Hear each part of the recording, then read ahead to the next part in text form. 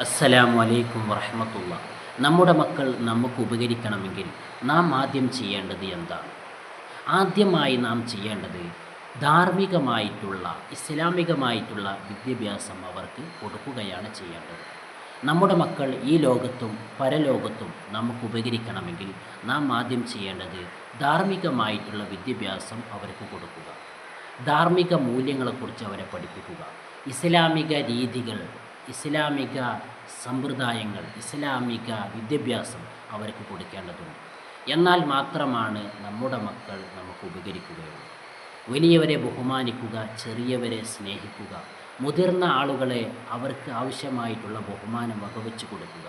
അങ്ങനെ മതബോധമുള്ള, ധാർമ്മിക ബോധമുള്ള ഒരു യുവതലമുറയെ വാർത്തെടുക്കൽ നമ്മുടെ ബാധ്യതയാണ്. ആദ്യമായി ചെയ്യേണ്ടത് ഇസ്ലാമികമായിട്ടുള്ള വിദ്യാഭ്യാസം, അറിവുകൾ നമ്മുടെ കുട്ടികൾക്ക് നാം കൊടുക്കുക.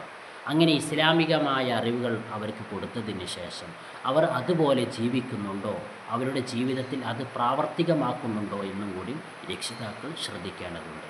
എന്നാൽ നമ്മുടെ മക്കൾ നമുക്ക് ഉപകരിക്കും. അസ്സലാമു അലൈക്കും.